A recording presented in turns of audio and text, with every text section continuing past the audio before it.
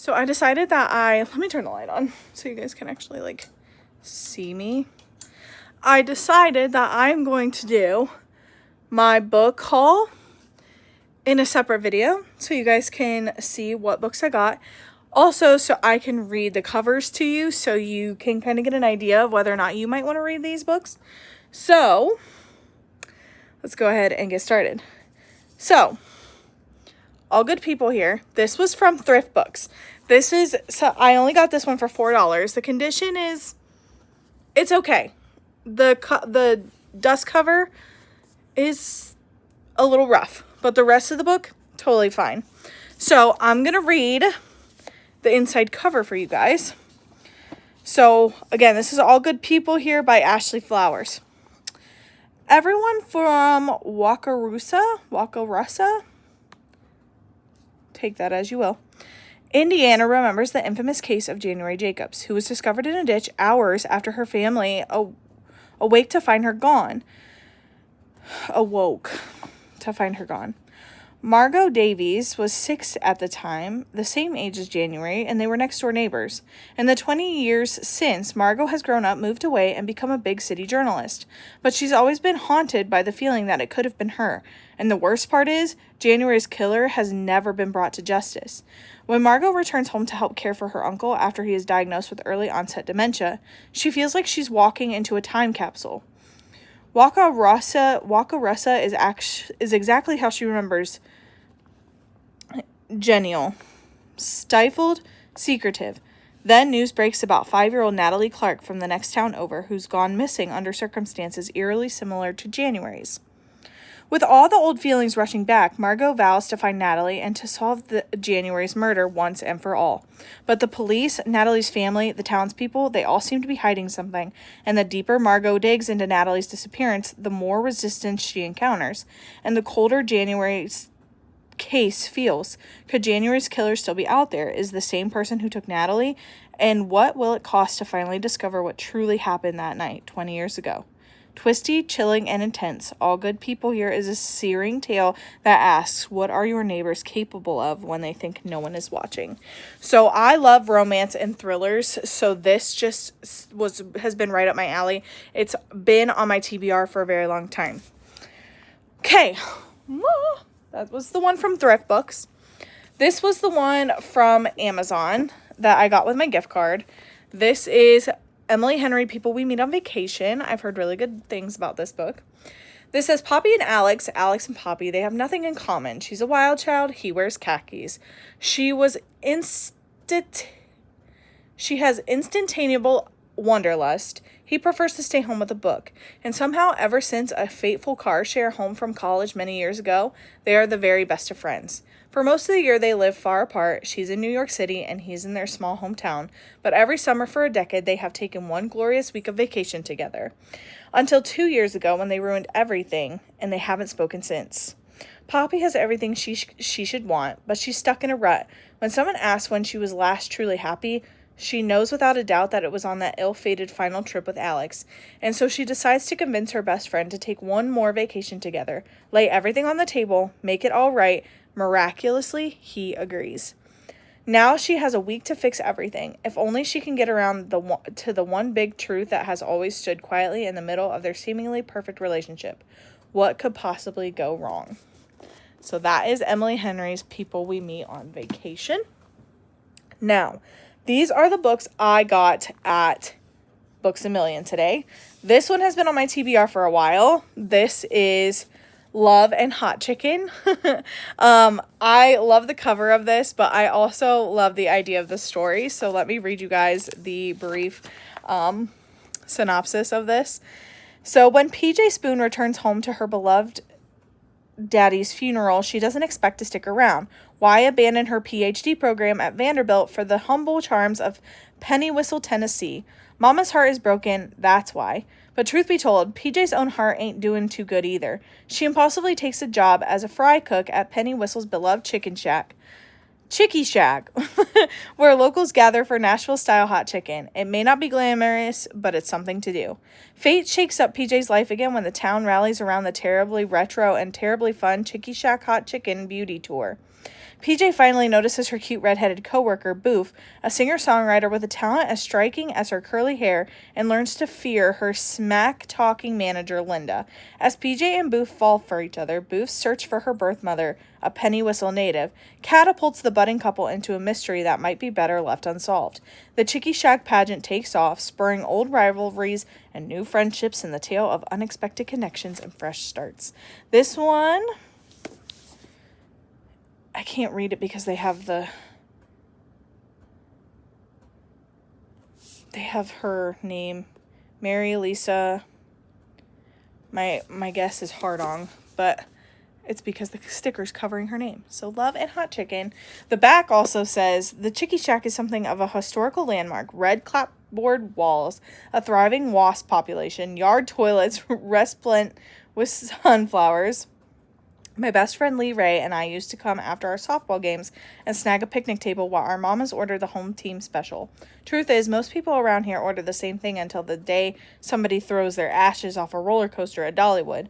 The line snakes around the building as far as you can see, in the grimiest bunch of Jesse's Pearls and scooters you've ever did behold, hobnobbing in the parking lot from noon until night. So, again, this is love and hot chicken. Okay. Next, so these ones actually were not on my TBR. These are ones, I'm still missing one. But these are by the same author. These are by KL, I want to say Walter. But the way it's spelled is spelled Walther, but I'm going to say Walter. This is What Happens After Midnight. So this was another bargain book. Look at the price. $3.97. So this one says, Lily Hopper has 2 more weeks until she's officially finished with boarding school. With graduation quickly approaching, Lily is worried that she somehow missed out on the fun of being in high school. So when she receives a mysterious note inviting her to join the anonymous senior class jester in executing the end-of-year prank, Lily sees her chance to put her goody two-shoes reputation behind her. When Lily realizes the jester is none other than Taggart Swell, her ex-boyfriend, she's already in too deep to back out, and it's going to be a problem. Lily might have dumped Tag, but she still has major feelings. Plus, his brilliant plan to steal the school's yearbooks targets none other than Lily's prom date, the senior class president, Daniel. As the group of pranksters hide cryptic clues across the campus from Daniel to find, Lily and Tag find themselves in close quarters. As the exes dodge campus safety guards, night owls, teachers, a troop of freshmen, and even Daniel himself, new sparks fly between them. But old hurts and painful secrets refuse to be ignored, and with graduation on the horizon, sometimes it takes letting go to realize that some bonds can't be broken. So this is, I think, a second. I don't think this is a series. I do believe these are standalones, but the one I want to read is this one, The Summer of Broken Rules. This one The Summer of Broken Rules I could not find. So I was able to find that one. So again, this is called What Happens After Midnight. And then this one is also by the same author. It's called Maybe It's Meant to Be. Cute cover. Who you harping at? So the back of this one says, everyone at the Bexley School believes that Sage Morgan and Charlie Carmichael are meant to be, even though Charlie seems to have a new girlfriend every month, and Sage has never had a real relationship. Their friends and family all know it's just a matter of time until they realize that they are actually in love. When Luke Morrissey shows up on campus, his presence immediately shakes things up.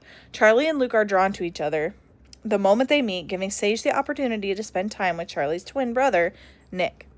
But Charlie is afraid of what others will think if he accepts that he has much more than a friendship with Luke, and Sage fears that if she lets things with Nick get too serious too quickly, they won't be able to last as a couple outside of high school, and they'll miss their chance at forever. Charlie and Sage will need to rely on each other and their lifelong friendship to figure things out with the boys they love.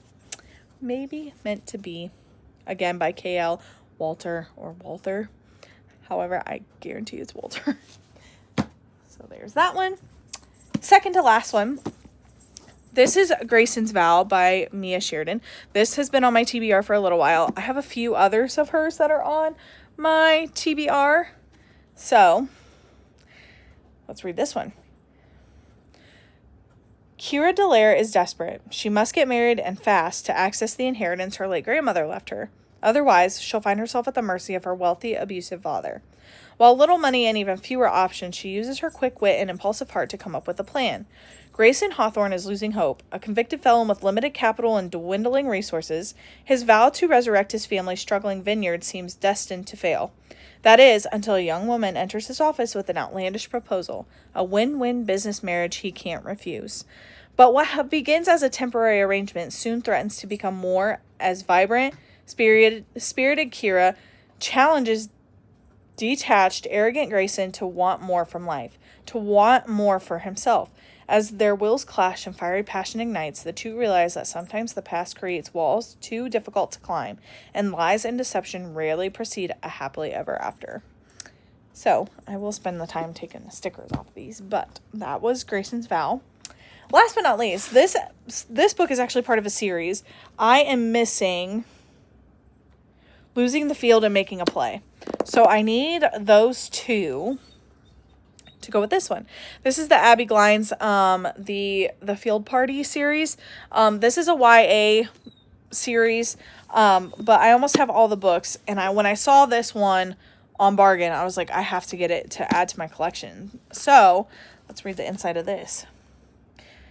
Esmeda Ramos has always had big plans for her future, ones that would take her far outside the Lawton city limits, but with overprotective parents who control every part of her life, she's worried that these dreams will never become reality. There's nothing Asa Griffith wants more than to leave Lawton. It's her senior year, and he's all set. It's his senior year, and he's all set to attend Ole Miss in the fall. But a part of him also worries about what will happen if he leaves his mom living alone with his abusive father.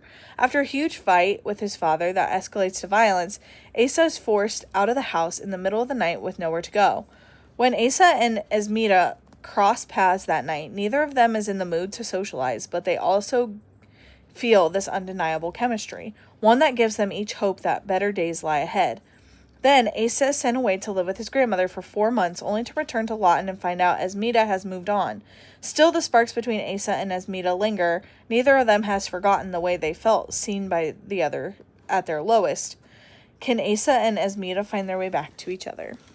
So, and this is the very last book in that series. So, like I said, I have until Friday night, Under the Lights, and After the Game. I need Losing the Field and Making a Play. And then Game Changer is the last one. So, that is all the books I got. So, I hope you guys enjoyed. I really enjoy reading the synopsis, like the little brief they give you on what the book is about. I'm going to spend my time taking the stickers off these and adding them into my bookshelves in my collection. I have a few other books. Well, other books. I have plenty of other books that I want off my TBR. But little at a time. So I definitely want to get the rest of the books to finish this series. That way I do have them on hand. But anyway, so I'm going to spend some time taking these stickers off. And if you guys are interested, we have filmed the entire day.